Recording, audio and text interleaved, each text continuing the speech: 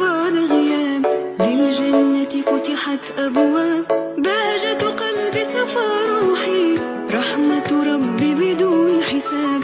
أقبل قمرك بعد غياب، للجنة فتحت أبواب، بهجة قلبي صفى. السلام عليكم ورحمة الله وبركاته. معكم الطالب يامن محمد شامية من الصف الثاني 3. كل عام وأنتم بألف خير بمناسبة شهر رمضان الفضيل.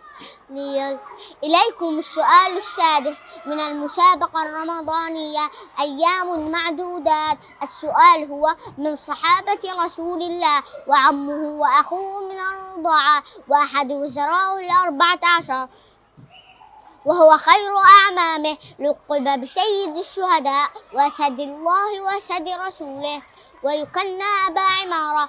كان في الجاهلية فتى شجاعا كريما سمحا، كان أشد فتى في قريش، أسلم في السنة الثانية من البعثة، ثم هاجر إلى المدينة، فآخى الرسول بينه وبين زيد بن حارثة سنة 3 للهجرة، وكان قد قتل قبل أن يقتل 31 نفسا، والذي قتله وحشي بن حرب الحبشي. فمن هو؟